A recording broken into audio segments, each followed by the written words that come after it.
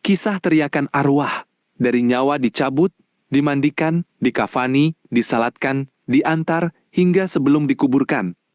Awal, nyawa dicabut. Ketika datanglah saat yang telah ditetapkan Allah, dicabutlah nyawa orang tersebut dari tubuhnya. Terasa sakit yang luar biasa, seakan-akan urat-urat nadinya putus satu persatu.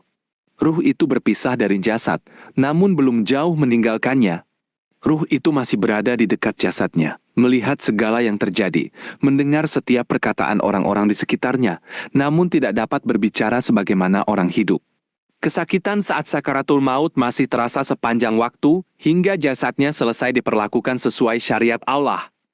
Saat dimandikan, teriakan pertama.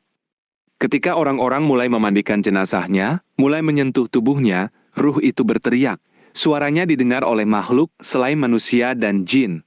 Ruh itu berkata, "Wahai orang-orang yang memandikanku, demi Allah, copotlah pakaianku dengan perlahan-lahan. Sesungguhnya tubuhku masih terasa sakit luar biasa akibat tarikan saat nyawaku dicabut." Ketika air mulai diguyurkan ke tubuhnya, berteriaklah ia untuk kedua kalinya. "Wahai yang memandikanku, demi Allah, jangan siramkan air yang terlalu dingin dan jangan pula yang terlalu panas.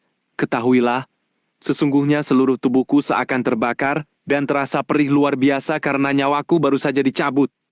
Ketika tangan menyentuh dan mengusap tubuhnya, berteriaklah ia untuk ketiga kalinya. "Demi Allah, wahai orang-orang yang memandikanku, janganlah menyentuh dan menjamah tubuhku dengan kasar. Sesungguhnya seluruh badanku terasa luka dan perih luar biasa akibat keluarnya nyawaku." Namun manusia tidak mendengar teriakan itu. Mereka tetap memandikan dengan sebaik-baiknya, membersihkan seluruh tubuh dengan air suci, dimulai dari sebelah kanan, lalu sebelah kiri, hingga benar-benar bersih dan suci kembali. Saat dikafani, teriakan kedua.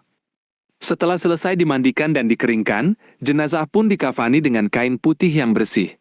Ketika kain dilipat dan diikatkan pada tubuhnya, ruh itu kembali memanggil dan berteriak, "Wahai keluargaku, wahai saudaraku, lipatlah dan ikatlah kain kafanku dengan lembut, jangan dengan kasar. Ketahuilah, aku baru saja berpisah dari ragaku, setiap sentuhan terasa bagai ditusuk duri yang tajam. Janganlah kalian menyakiti jenazahku, karena ruhku masih merasakannya." Manusia tetap tidak mendengar. Mereka membungkus jenazah dengan rapi dan penuh hormat, membungkusnya selapis demi selapis, lalu mengikatnya dengan tali yang lembut agar tidak terurai. Saat disalatkan, teriakan ketiga. Setelah selesai dikafani, jenazah pun dibawa ke tempat pelaksanaan salat.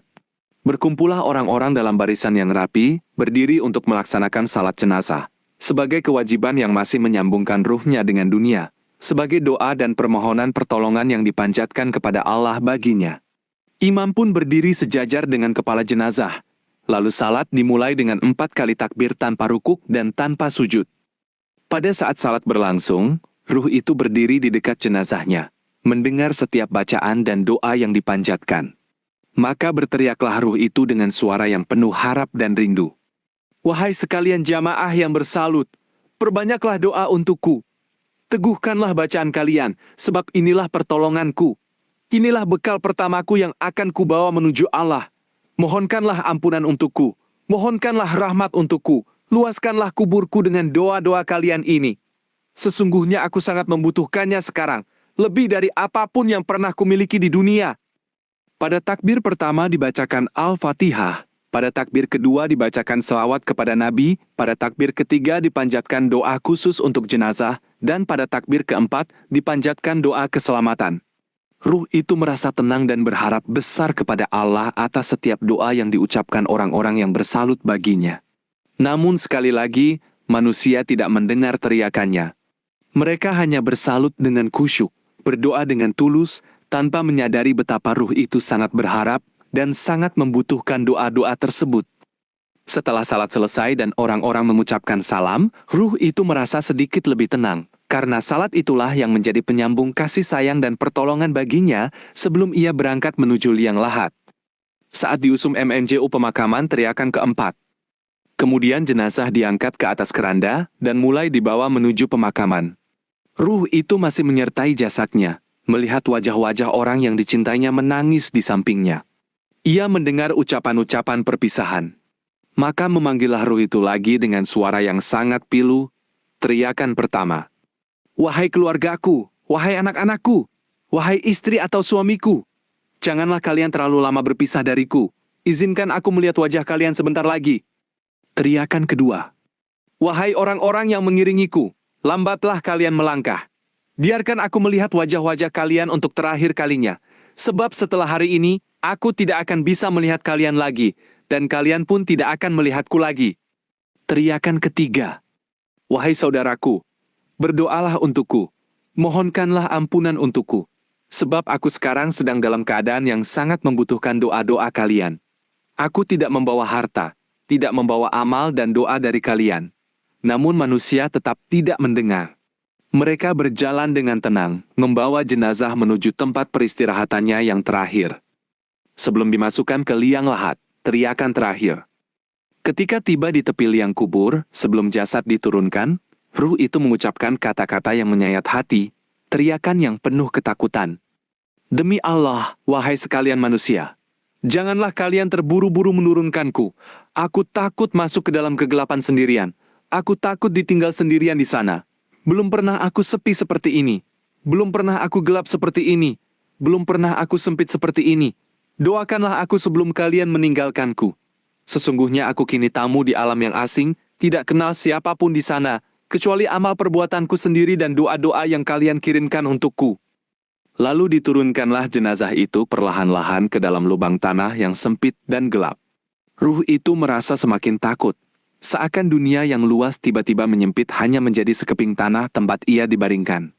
Ketika tanah mulai ditimbun menutupi jasadnya, dan orang-orang mulai berpaling pergi, ruh itu memandang satu persatu wajah keluarganya yang berbalik meninggalkannya. Maka teriaklah untuk terakhir kalinya dengan suara yang penuh keputusasaan, "Kembalilah, jangan tinggalkan aku sendirian. Takkah kalian tahu betapa sepinya tempat ini? Takkah kalian tahu betapa gelapnya liang kubur ini? Kalian kembali ke rumah yang terang, sementara aku ditinggal ke dalam kegelapan. Kalian kembali kepada keluarga, sementara aku sendirian bersama amalku. Tiada kuasa dan tiada daya selain pertolongan Allah." Langkah kaki mereka pun menjauh. Suara mereka perlahan hilang. Tinggallah jenazah itu sendirian di dalam tanah, bersama ruhnya yang gemetar, menanti datangnya pertanyaan dua malaikat, Munkar dan Nakir. Saat itulah ruh itu benar-benar menyadari, dunia yang dicintainya telah berlalu, dan kehidupan yang kekal baru saja dimulai. Demikianlah kisahnya, nyawa dicabut, dimandikan, dikafani, disalatkan sebagai pertolongan terakhir dari keluarga dan jamaah, lalu diantar ke makam dan dikuburkan. Semoga Allah melapangkan kubur kita, meneranginya dengan cahaya, dan memudahkan jawaban kita saat ditanya kelak. Amin ya Rabbal Alamin.